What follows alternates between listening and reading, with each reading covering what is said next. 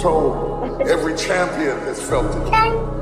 Every president has felt it. Every king has felt it. Every lion has felt it. Every winner has felt it. Every soldier has felt it.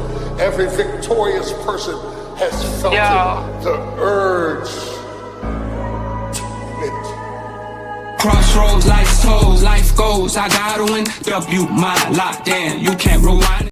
Be put in the car. Yeah. That is a badass like intro. He said, "Mommy pushing the car." But yeah, okay. So this is your host Sonya with the Remember Who You Are 222 podcast. I have my guest Craig here with us today. Craig is actually a human behaviorist, an entrepreneur, and a business mentor. All right. So Craig, why don't you tell our listeners like your story and how you came into doing what you do now? Sure, I've been an entrepreneur pretty much my whole life. Started really early, with a lemonade stand and selling cookies and chocolate and door-to-door stuff. And then early on, I just had a lot of bad experiences, from molestation to drug addiction to bankruptcies, losing houses, cars, everything you can think of. And I was a 9/11 respondent to the World Trade Center, and I ended up developing lung cancer. And my life just started getting out of control. Bye train. Bye.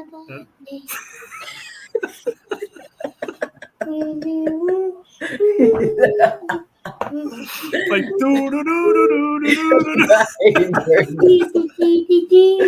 talking about life going out of control, and he's just singing. But okay, so that's what it comes down to, right? It comes down to we have all of this chaos. We have all of this chaos that sits in our thoughts, and I think that's the hardest thing to overcome, more so than the physical crap that people go through. Right. It's the mindset. It come on. Here, let mommy do this really quick, okay? Come on. Like, no! Yeah, I'm like, some days he'll let me do it, but other days, I don't know. Come on. My Wi-Fi is good today, too. Stop. Come on. McKenna, stop. Come on. I'll take you to the playground after this, so you just gotta let mommy do it.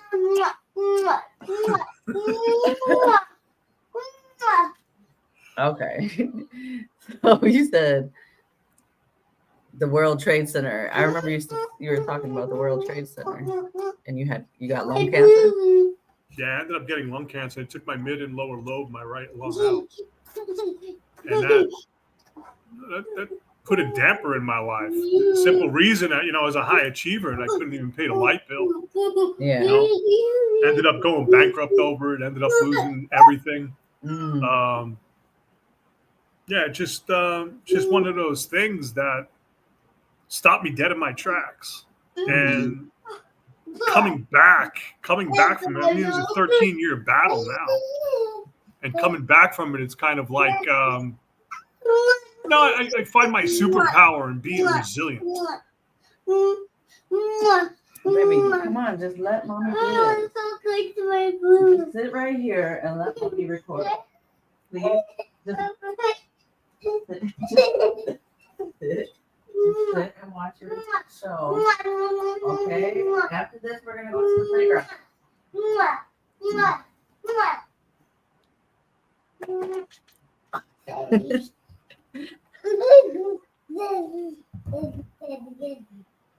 I'm going to have to edit this.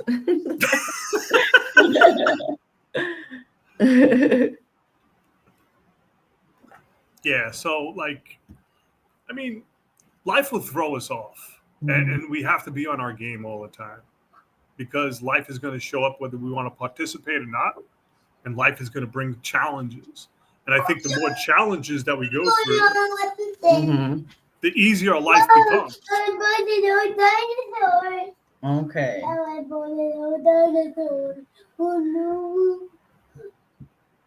Here.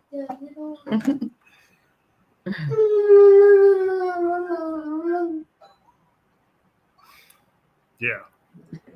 So life will throw us things that we really don't want to participate in.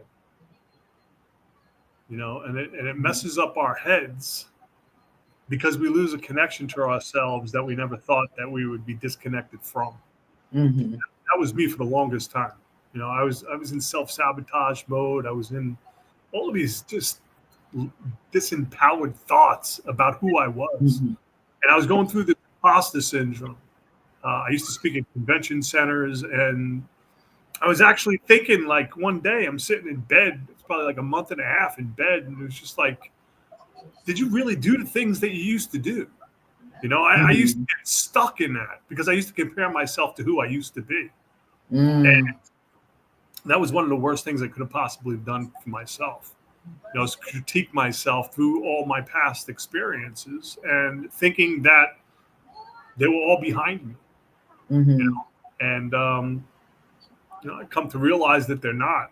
I think all my best experiences are ahead of me. You know, other than having a kid, other than having my daughter, I mean, no, I'm back at it again. I'm healthy. I'm back in Mexico. I'm getting healthier by the day. Mm-hmm. And I've just I refuse to settle. And I think a lot of people just settle in their life. Mm-hmm. You know, and I'm here on a mission. I'm here to disturb the comfortable and comfort the disturbed. And I bring my energy to the table. Yeah. And in the hopes of people overcoming themselves and becoming themselves. Because I think there's too many people in society that want to be somebody else, and everybody else is taken. So I think a lot of people walk around in life, you know, mentally confused about who they are, who they're looking to become. And that's stifling behavior is not very conducive to producing a great outcome. Mm-hmm. Yeah, I definitely agree with that. Would you say was it the cancer that kind of created that turning point for you, where you were like reflecting on, or where do you think that was? So I had my cancer surgery, 9-hour surgery for in 2017. And I was one of those people that blood pressure dropped, so they couldn't give me any more meds. And I woke up screaming, you know, being wheeled into the recovery room. And I believe something happened during that surgery. I believe something that, I don't know, mentally something snapped. Because I started to forget a lot of things. And I was lost in time a lot. And it took me a really long time to get it back. But I think that was a pivotal point because I didn't like the drugs I was on. You know, I was a drug addict when I was a kid. So being on all the pain meds and stuff like that, I had to just develop a different way of thinking for myself because I hated the pain meds. Because they really weren't doing anything. They were making me dopey and stupid and not a nice person. And I started tapping into something called epigenetics, learning about heart and brain coherence and learning how we all disconnect from ourselves and we need a connection back. And I started practicing this stuff for myself and started to realize that this stuff really works. No, I'd be getting like misdiagnosed for something and continually, like they told me 4 different times that I was going to be treated for cancer and they were only right once. And, you know, just getting those diagnoses and misdiagnoses, it wore me down. Because going to the doctor and getting a scan, it's like, hey, you know, you still got that spot on your lung. I'm going to follow that for the rest of your life. It used to freak me out until I just refused to like play into it anymore. And I think that really was like, that was the quest I was on, to be able to eliminate all this bullshit in my life because I wasn't happy. Relationships I was in sucked. I was continually spiraling out of control mentally. And it was just being, you know, mentally attacked by my own thoughts. And my dad was Marine. And I used to talk to him about this stuff. And he used to be like, you know, you just got to keep, you know, there's many, what he used to say, he used to be like, there's many false summits in this world, right? And he used to tell me like these stories about like he was a flamethrower in Korea, and he was one of the chosen few. And he's like, I remember one time, man, I'm carrying this tank, and I'm crawling up the side, and I'm getting bombarded, shot at, stuff whizzing by my head, and all of this stuff. And he's like, and I remember, I just got to get to that top, man. I just got to get to that top. Mm-hmm. And he got to the top and realized that it was a false summit. And he had like 5 times more where he had to climb. And he's like, I just stopped, man. He's like, I just stopped. I just started crying. He's like, I just got beat down, man. And then I stood back up again and continued. Yeah. That's been my family dynamics for my whole life. And I believe life will keep you stuck, right? Or, like I always tell people, I'm too stupid to quit. Like my head doesn't allow it. It never will, And I just keep moving forward, and I encourage people to do the same, because if you're going through hell, you might as well walk through like you own the place, right? Mm-hmm. And that to me has been from this point forward, my quest is to help people move past all the shit that we have in our head, because everything is in our head. Yeah. And this is what people really don't understand, because your thoughts are going to create your habits, and your habits are going to create your character. Mm-hmm. And my character for a really long time was I was this depressed, broken, cancer guy. I always thought I'd get like famous for stuff I've done in business, and I got infamous for being a 9/11 cancer guy. And that was a hard pill to swallow, because it was more about ego than anything else. So I had to crack into that. And I was using psychedelics to do that before the cancer diagnosis. And, I just think this world is a wild ride. We all have stories, but it's the emotional attachments to these stories that are holding us back. Yeah. And I believe everybody has that one story that's just holding them back. And if they just tweak it and get rid of the emotional attachment to it. And it's hard. Life is hard, man. Life is not fair. It's not easy. None of that. Yeah. But it can be simple. Mm-hmm. It can be real simple. Yeah, that's true. I do feel like, I don't know, it's interesting because when I was in the Marine Corps, there was definitely things that, caused me to have more resiliency over time. But what I realized also after getting out, after like 14 years, was that they always taught us to like push through. But I always was pushing through and trying to be this motivational speaker for other Marines. But I was like hiding all of my childhood trauma, basically. It had been pushed back. Yeah, it has just been pushed back. And I was like, doing things like working so much and keeping myself so busy that I didn't have to go home and sit with myself. So that happened for a long time for me. That's a challenge all on its own, is to sit in your silence, because your silence is so loud. And I think a lot of people get stuck on that. I did for the longest time. I sat in my silence, and it was just like, I've had some of the best mentors in the world that do what they do. And it was funny because I was talking to one, it was a really good friend of mine, and he was just like, you ever think maybe you're mentoring the best in the world right now too? And it kind of like, it like humbled the shit out of me. Yeah. Because I mentor the best in the world at what I do. And I show people that you can overcome any situation. You know situations that have been real bad, right? And the mental toughness that you have to go through to overcome. It's not that you're never going to recall these stories. It's the emotional attachment to the stories that are going to change the biochemistry set inside of us. And when you study epigenetics and the heart and brain coherence, when life is throwing you your thoughts, see, our brains don't know the difference in time. Don't know the difference in reality. Look. Okay. Yeah. No, for sure. I actually started studying heart brain coherence through Dr.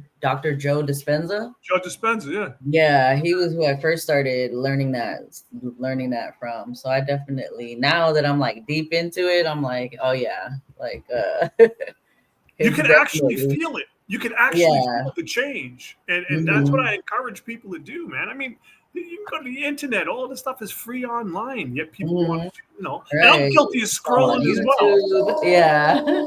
I'm guilty of scrolling. I mean, the internet is a fascinating place. Mhm. Yeah, there is definitely all the information out there for people. I feel like that's how I came. I even had my big spiritual awakening through Joe Dispenza meditation that I heard on YouTube. Yeah. And Because it so, works. It really yeah. does. Yeah. So When you since, when you when you tap into your reticular activating system and understand your soul, right? What people call the soul, the thing that yeah. makes your heart beat and pumps out blood without you thinking about it, right? Yeah. Everything starts to change because everything you become a child again. Yeah. And that's what we need to do. Yeah, Like basically. what he's doing, right? Mhm. Right. Yeah, man, No, that's it. That settles it right there, man. That's see, we lose our childlike behavior as we get older. yeah. We get like But too we are serious about things. absolutely, absolutely, and stuff that doesn't really matter. Yeah. Yeah, That's the that's stuff that true. distracts us. Like I found myself, even just having him, I've found myself getting upset about things, and I was like, why am I getting mad about it? Just whatever. Like when he makes messes, but now I don't even get mad. I'm just like, okay, we'll just, we'll clean it up. Yeah, yeah. So, but I Because realized, life is stressful. Life is stressful, yeah, and kids don't understand that. They're just mhm, kids. yeah, And I they think when just we want to lose that, play. That's all they want to do is play. Like, I just want to why play. not? That's all I want to do now is play. I don't And take so anything now, serious. I don't take anything right, serious anymore. And if I yeah, run into an obstacle, there's two things that I say. I don't have cancer, and this is nothing to a giant. And mhm, if you looked at my life on paper, you'd be like, "Why is this guy still around? Like mhm, should have been gone a long time ago." yeah. Like I said before, I'm too stupid to quit. And I encourage people to be dumber than me. Yeah, and that's the thing that I mean, I don't know what it was that I always knew. Like I always had this knowing about being able to like heal ourselves. Yeah. Because I had heard stories about, doctors telling people they couldn't walk again, and then they do because they believe they could, or just different things because they believed it. So I actually had a situation where I tore my ACL, and it was at a course that I was like, I could have reacted completely different to that situation, but I just knew, I don't know, I knew it had happened for a reason, and then I knew I could heal. And so it was completely torn. And even the athletic trainer was like, I don't even know how you're doing this. Like I've seen pro football players have to like be out for months and like get surgery from a torn ACL. But I literally healed and like and I don't want to say I healed it as far as like the ACL was completely torn, so it never like reattached or anything, but I was able to like rehab with it completely torn.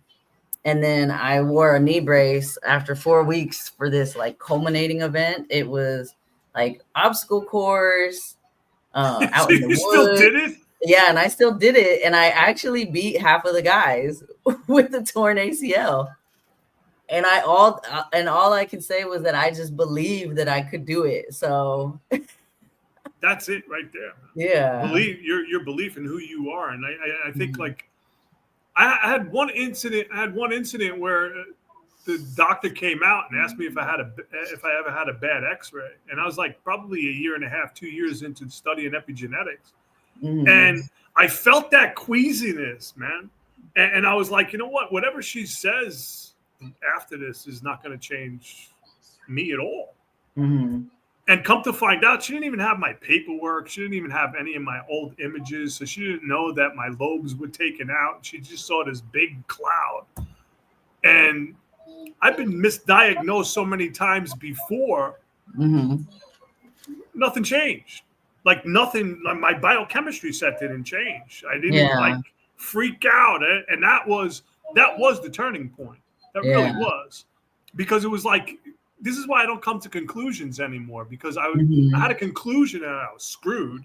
And then come to find out, she didn't even have my paperwork. She didn't have my old results. She didn't have anything about me. So it was like I was going off of this emotional instinct of just being like, what? I'm screwed. I'm screwed again. She's probably going to tell me I'm going to be dead by Tuesday. Dang. And you were just feeling into that. I feel like we start to do that. When we think of something negative, or it like starts to spiral into more and more negative, like fear-based. That's the trauma. That's the trauma trying to kick its way back into the psyche. Yeah. You know, that's that unresolved stuff that we've been just putting off and not putting in its little box. Yeah. You know, and it's that trauma trigger and that post-traumatic stress disorder of life that tends to, like, you know, creep up whenever you don't want it to. That just means that we haven't worked on ourselves. Yeah, yeah. You know, and I tell people feel like all the we time, have a choice. Like we have a choice to choose to like fall into that spiral, or we can choose to say just like that's not true though. If that's, you know, that hasn't happened yet. Yeah, that's not true. It hasn't happened. So, and then to actually visualize a better future for ourselves. At least this is what I learned. At that point. Yeah. At that point. You know? Like I started like just coming up with different catchphrases for myself. And I came up with the Shaman from Jersey because I alchemized everything in my life. And I realized that we can become whoever we want. We just have to do that now. Like at this point in time. Yeah. If you want to become rich and successful, you have to believe you're rich and successful right now, ahead of the event. And that's what epigenetics is all about, is becoming the person ahead of the event. So it's like, I don't need the validation anymore of, oh, you're so-and-so, or you think like this. I don't need the validation because I really don't care what anybody says. You know, I'm gonna show up for me and be authentic in my life just because I'm not holding myself back anymore. I refuse to. And this is something that a lot of people don't want to do because they don't want to take that accountability or responsibility for changing their life. Yeah. Because most people would rather, you know, die than change. And it's just like a scientific fact. Right. It's pretty crazy how, you know, we've been living our lives. I feel like it's for so long, people were just living their lives like going to work every day and to a job that they hate, and then you retire and die. But that's it. You don't even get the gold watch anymore. You just retire and die. Yeah. So no, it is. I mean, we are definitely a species with amnesia, as Graham Hancock likes to say. I don't believe we know anything about anything. Seriously, I think we're clueless. And I believe once we start looking within ourselves, we start to find all our answers instead of all this outside influence, man. Yeah. What's he through? Sorry, I was just checking on. It's real quiet. It's like, uh-oh. As soon as it gets quiet, I'm like, where is he at? What is he doing? But cooking. And no, I'm actually interested to hear more because I feel like when you talk about epigenetics, some of the stuff is stuff I've heard of and learned. But I don't think I've put those together. Like, would you like go more into epigenetics and? Sure. I mean, you know, epigenetics is based off the placebo effect, right? Pharmaceuticals. I think some astronomical number. Astronomical. I'm sorry. Astrological.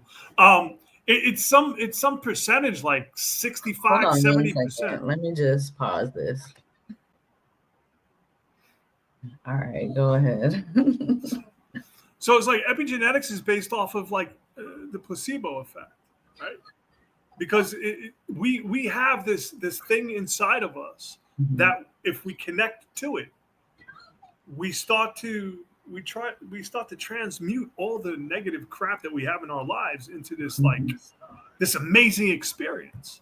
You become the magician, and it takes a lot of work. It's not easy, you know, but it is simple. Like I learned how to cut all the nonsense out of my life, people, places, things that were just not conducive to me being a better person. Right. And when you start doing that, you start to laser focus into this right here. This is the only real estate we can own, is our mindset. Yeah. And that, like when I realized that, I realized how powerful I was for myself.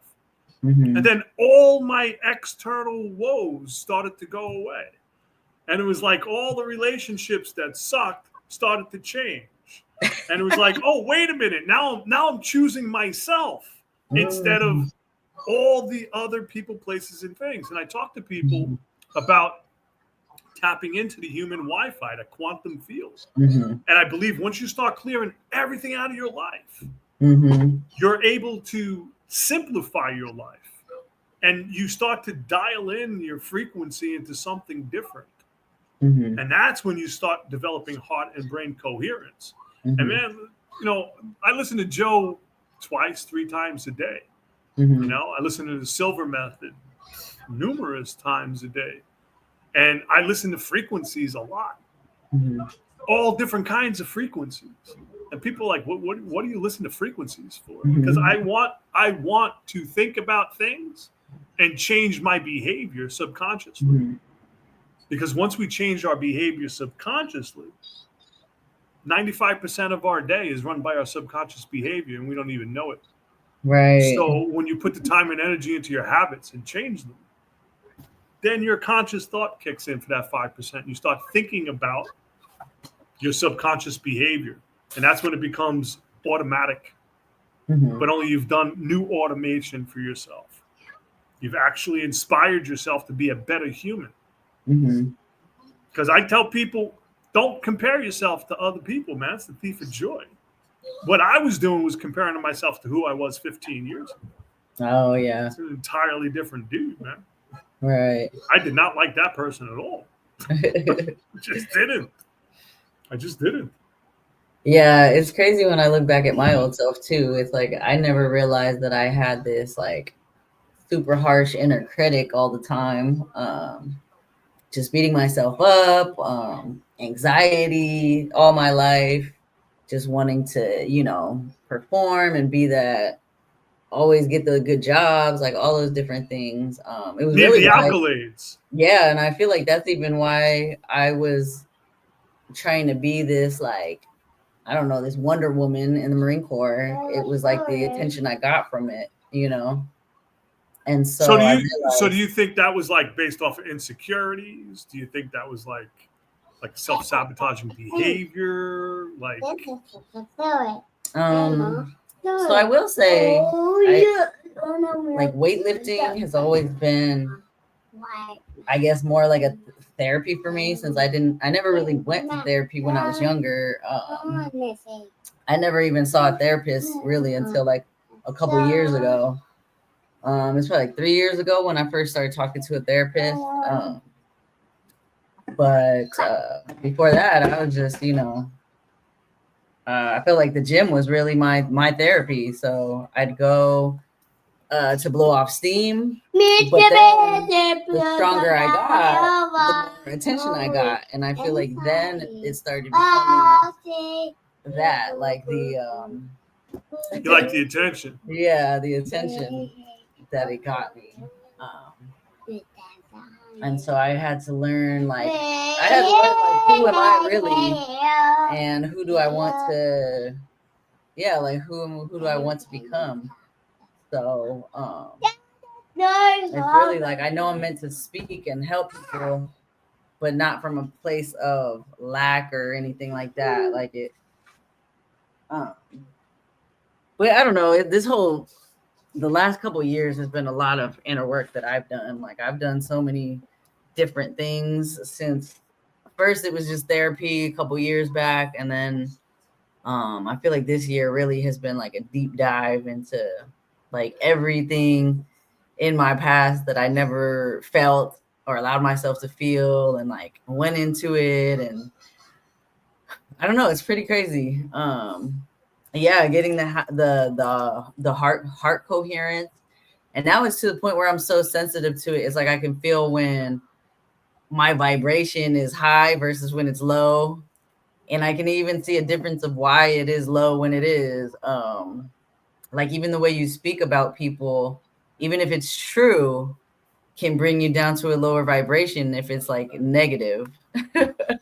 100%.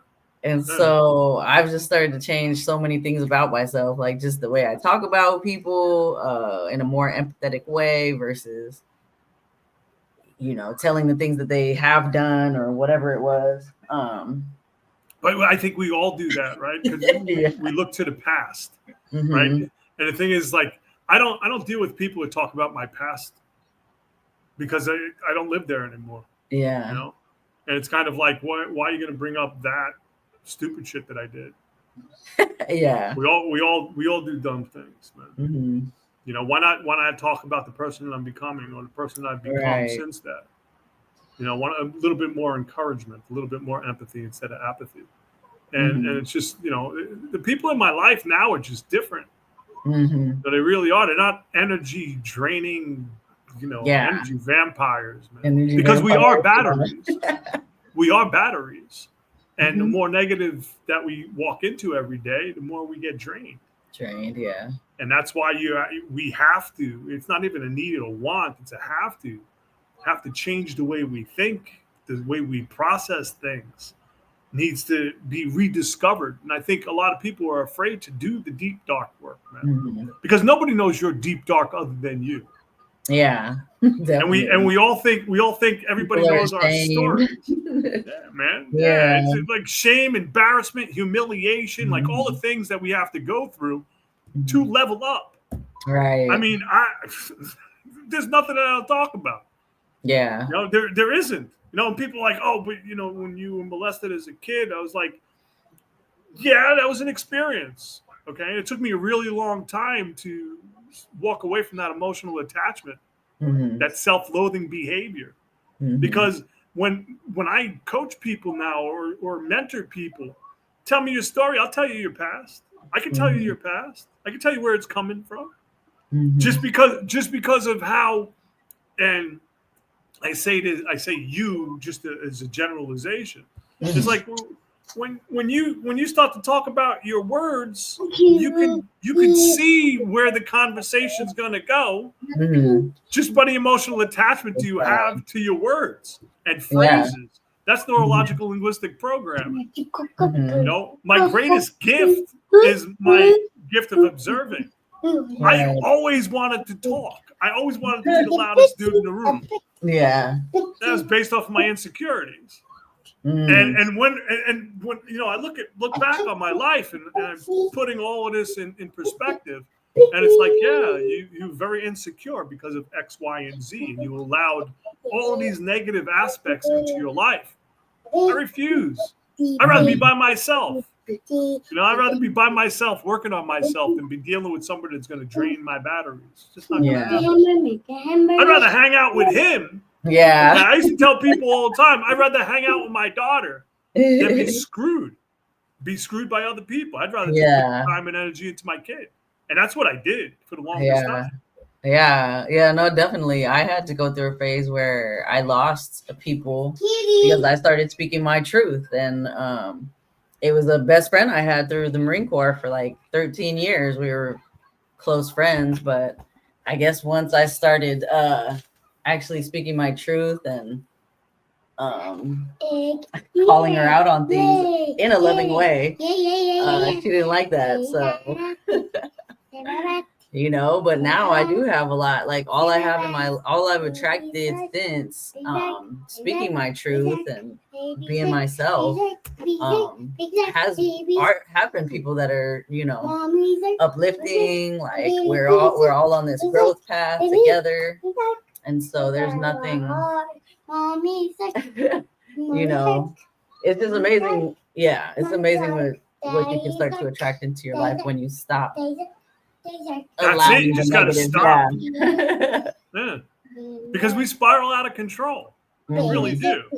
You know, once that seed, that thought seed is planted, man, and it's a negative one, you're not going to bear fruit off of that tree. It's just not going to happen. There's going to be no fruit falling from there. So it's like you got to correct. You know, you got to start digging again. You got to change the fertilizer. You got to, you know, water it a little bit more. And that's like a great metaphor. It's like you got to water yourself, man. Yeah, that's how the grass becomes green.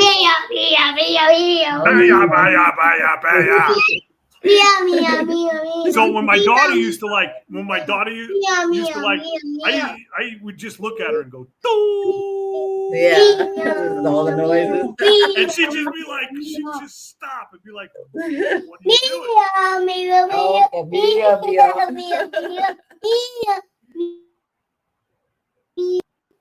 Yeah, we're gonna go to the playground soon, okay? Here, go put your clothes Kids are on. wild, man. Kids really are wild. They're like so precious because they're innocent.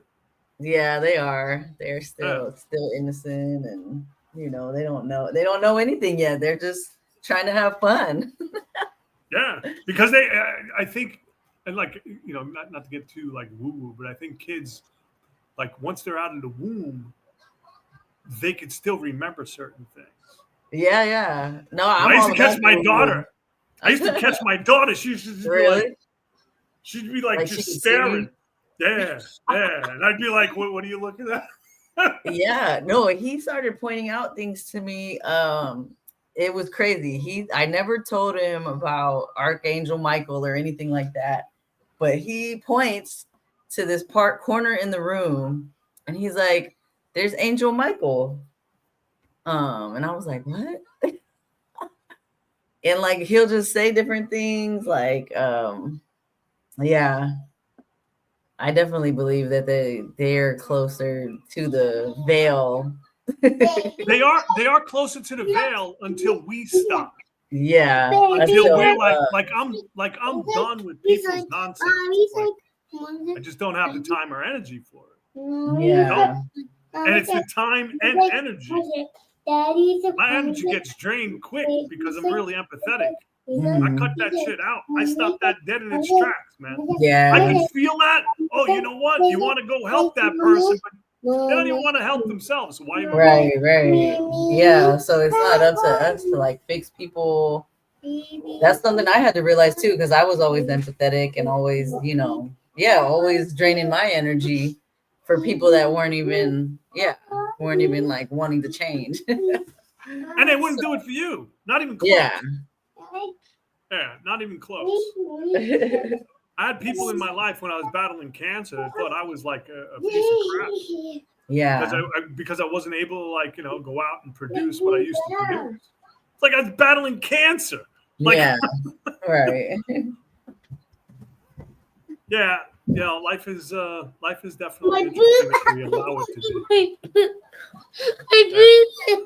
Oh, what happened? Oh, what happened? He has a boo boo. Like he's like, my boo boo. Kiss my boo. Yeah, then he said, kiss my boo boo. Where's your boo boo? Kiss my boo boo. But yeah, no, it's awesome like hearing your story and stuff because I feel like there's a lot that resonates with me. Like I never had cancer, but I get like a lot of the stuff that you're saying. It's not about like that's just the story, right? Yeah. That's all it is. And it's like I no longer have that emotional attachment to it anymore. Right. You know, because I shoot from the hip every time I do podcasts or speak. Because it's like, well, which way we're going to go? Where do you want to go? Do you want to go deep? You want to go dark? Yeah, we can do that all. Yeah. Go deep, yeah, because like I want to be the light. I want to be the beacon. You know, I want to be that person when somebody says, because of you, I haven't stopped. You know, and you know, everybody has that story if you just share it. That's what you gotta do. You gotta share your story. Right. He's got to share his story. I know. So, he is like a super happy kid. Is always like singing, dancing. That's a good thing. From So, 0 to 8 years old will produce the end result would be the 35-year-old adult. right. So like if you've been through horrific stuff in your life from 0 to 8 years old, you're gonna be trauma bonding with everybody that you've ever met in your life. Yeah, trauma And bonding. I don't mean to be laughing and be callous about it, but it's just true. Yeah, it's just that's You're just gonna how be, it goes. Yeah. yeah, no, you're gonna be in all the promiscuous relationships. You're gonna go through all of it. And people are like, oh my God, like, how do you know this? Like, because I've been through it. Yeah. And I coach exactly. people that go through it now. Yeah. You know?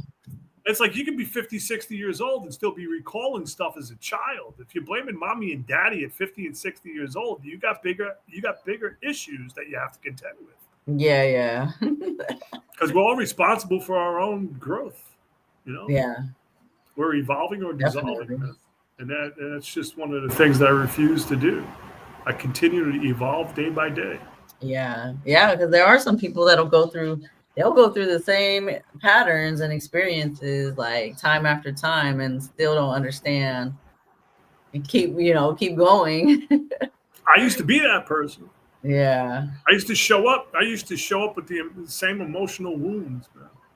Yeah. You know, and I love changing my geographical locations. I love going to different just states, running away from it. different countries. Yeah, but the problem was every time I ran away to a different geographical location, I would show up. It would, and it was like I'd still show up. Yeah. I'd still show up with the same luggage, with the same dysfunction, with the same, apathy towards life that I don't know, it's just bewildered to me. It would bewilder me why I was so bent on being destructive to myself. Mm-hmm. Then I started realizing it was like all the stories that I held myself back on. Mm-hmm. And I had to transmute everything. I had to alchemize everything in my life. Yeah. And it wasn't so much about turning the negative into the positive. It was seeing a negative, observing it. Yeah. And then changing it. Not so much into a positive, but a redirection as an experience. Yeah, like a reframing type of thing. Yeah. Recall, reframe. So many words that we could use. Mm-hmm. But that takes time. And people do not want to put the time into changing who they are. Yeah. Mm-hmm. Yeah, it does take time and effort. I feel like all I've done this year is put in the time and effort into myself. And that's the only reason I've been able to see such big shifts and quantum synchronicities. Leaps. Quantum leaps are ridiculous. I'm in this thing now. Where, like, if you looked at my life on paper, you'd just be like, what is this guy doing? Like, I came here specifically to get healthy. Yeah. I moved to Mexico to get healthy. Mm-hmm. I moved to Mexico because I couldn't afford the United States healthcare system anymore. They wanted like $1,900. Like, I left a year and a half ago. They wanted $1,900 a month just for my medical, and I was with like a $10,000 deductible. I had already gone bankrupt. Yeah, that's crazy. All this crap. It was like, no, literally sold everything multiple times, to get healthy, and like, no, I just can't do that. So I came down here to learn a different way of doing things. Mm-hmm. Now, I just turned 60 years old, and I feel like your kid, man. I'm jovial. Yeah, happy. I wouldn't even think that you were 60. Yeah, man, I turned 60. It's like I can feel it sometimes. Yeah. Okay, yeah. No, I definitely believe that we can put ourselves in the right environments to where our body. I mean, that's what our bodies do. They heal themselves if they're in the right environment to do so. It's just keeping ourselves in that survival mode type environment is what creates the disease. Yeah, I believe that. The stuff that I was going through so many lawsuits, and I was going through so many things with family members, and I was going through so many, like, every time I turned around, it seemed like every time I turned around, it was another line of bullshit that I was dealing with. Mm-hmm. And it was like, I felt like a caged animal. I really did. And all the time, putting all the time into my kid. And that was one of the things that was really humbling, because I thought, like, when I was actually dying, I thought, like, what am I going to leave? What am I going to leave my kid? What am I going to leave my spouse at the time? Like, what like, kind of fucking idiot does this, right? But I was doing this to myself. So I was self-isolating. I was self-sabotaging. I was making so many bad decisions and mistakes because I thought I had to catch up. I thought, like, okay, so I'm going to die. What am I going to leave these people? Then I started to realize it wasn't what I was going to leave them. It was what I was going to leave in them. And that's when everything started to change. Yeah. That's when I started to change. When I thought, you know, I couldn't go shopping with my daughter and buy her things.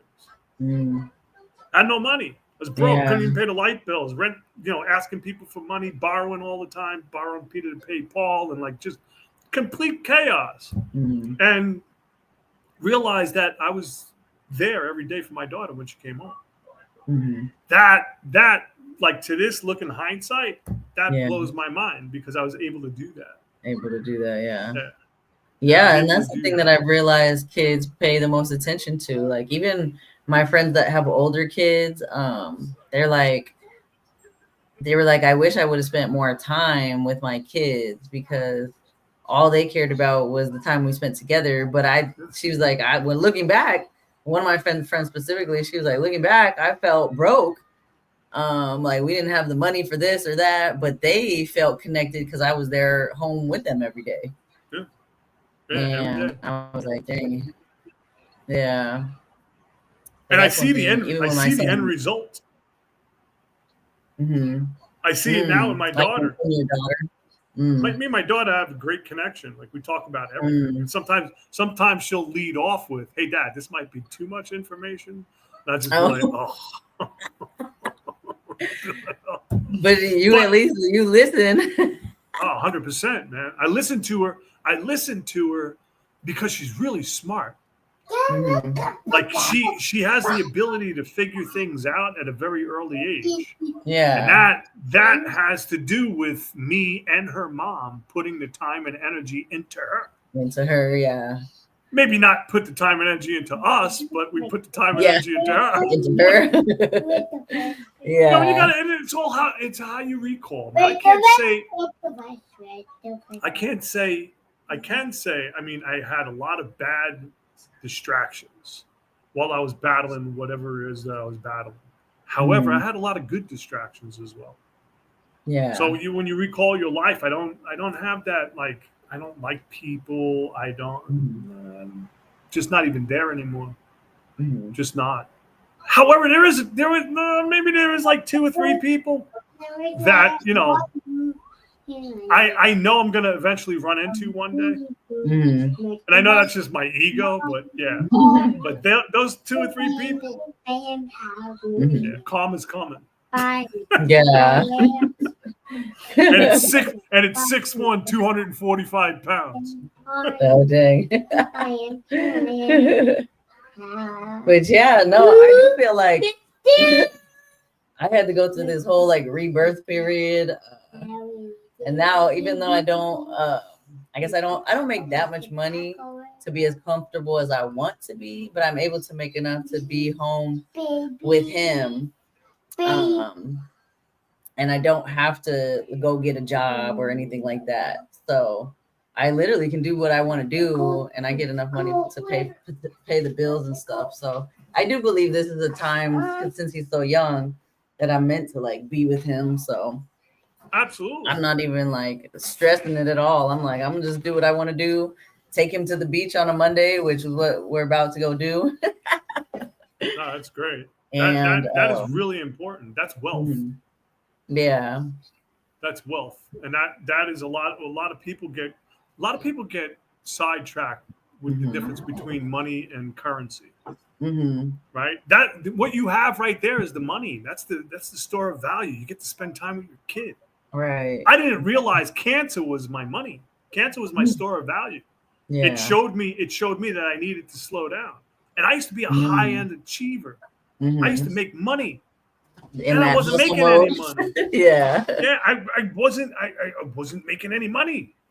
I was doing 8 different doctors at the same time. I was like on so many different drugs. I was, I was trying to outperform myself.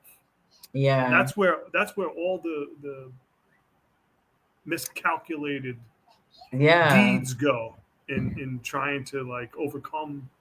That's the crazy thing too. I was always like, I was in that hustle culture and work hard and all that, like working hard for the Marine Corps. And then I was trying to do my own businesses on the side. And it's like, you're either working so much that you can't even enjoy the money, or or it got to the point where I was seeing more money in my account than I had ever seen before, but the expenses were crazy. So it didn't even matter. Yeah. So I'm like, what am I doing all this work for? I was like, at least now I've actually learned to slow down and build the things that I want to build, and spend time with my son. So I do think that is the wealth. And once you get rooted in that, I think the money just comes eventually, I think it's an exchange of energy. Yeah. I think it's an exchange of energy, and I believe that like when you laser focus on that task, and you have no I have no distractions here. I told my daughter, I'm either gonna in this place, I'm either gonna come out dead or a multi-millionaire, because there's no slacking. There's no It's like, I'm coming back again. This is my comeback story. This is like, I've been out of commission for 13 years. Relationships that I've had, businesses that I've started, they went nowhere. And I believe they went nowhere because I didn't have that directed energy towards it. Yeah. I was always distracted by something. However, that being said, I made sure I was distracted because maybe I didn't want certain things at the time I wanted them. Right. And I'm glad certain things didn't happen. Yeah, 100%. 100% blocking myself, man. 100%. And what I realized was I was around people that were helping me block myself. Yeah, that too. That were feeding into me. Yeah. Because they were blocking themselves. Right. So it's like you commingle the depression, you commingle all the nonsense that relationships are about. And when people aren't happy with themselves, they're not going to be happy in any relationship. Exactly. Yeah. No, definitely. Well, I don't want to hold you too much longer, but it was definitely a great conversation today. Yeah, man, absolutely. The podcast gods were with us because he even brought the kid too. Yeah. He's always popping in and out. So yeah. No, but that's a great thing, man. It really is. It's a great thing to be around your kid. It's going to learn everything from you. From me? Yeah. Everything, man. Everything. He's going to be picking up on stuff that like you would not think. Because remember, it's 0 to 8 years old. So all he's doing right now is downloading. All he's doing is downloading everything in his life. And at the end of his 8 years, you can see exactly who the adult is at 35. Yeah. The Jesuits have a saying, show me the kid and I'll show you the adult. I'll show you the adult. True. Because most of us are children in adult bodies. Yeah. You know what's crazy? This just came to my mind, but there was something I thought about because my mom had said something to me that pissed me off a couple years ago. And she said that, when he starts talking, he's going to say, I hate you, mommy. And I was like, that pissed me off more than anything. And it was because when I was young, I guess I told her that I hated her, but I was like, why would I even have that vocabulary at the time? That's all it is, nonsense, man. That's all it is, craziness. And so I'm like looking at my son, and he doesn't even know that word. He's never even heard the word I hate you. So all he tells me is, he's like, mommy, you're beautiful. He'll say, I love you, mommy. Or he just comes up and he'll hug me and just say the sweetest things sometimes. And it's because I've made it a point to even every night when we go to bed, I say all the good things to him before we go to sleep. That's really important. That really is. Yeah. Yeah, no doubt. So it definitely makes a big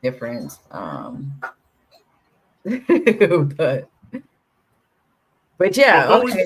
Go enjoy your day, man. It was great talking to you. Yeah. And then, so where could people get a hold of you if they want to work with you?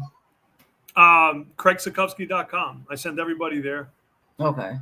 Yeah, it's my name.com. And, all right. And I give people description. 15 minutes. I give people 15 minutes for free. And I give them a takeaway. So whatever is bothering them at the time, they'll get a takeaway, how to deal with it, how to start dealing with it. Yeah. Okay.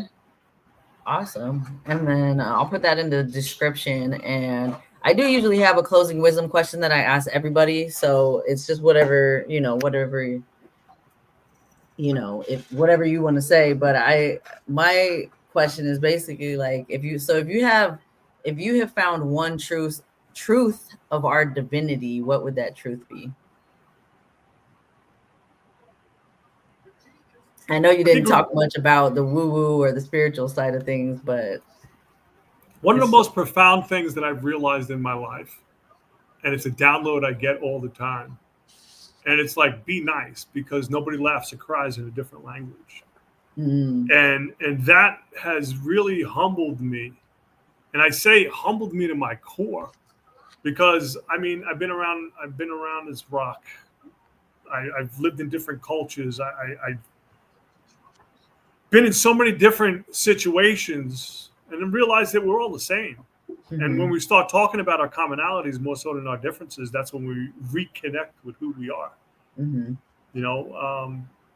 divinity, that's that whole tapping into the soul thing, man. That's that whole like that becoming, like, what I'm doing is bigger than I'll ever be. Yeah. Right. And that it comes intelligence with that beats our heart and breathes our lungs.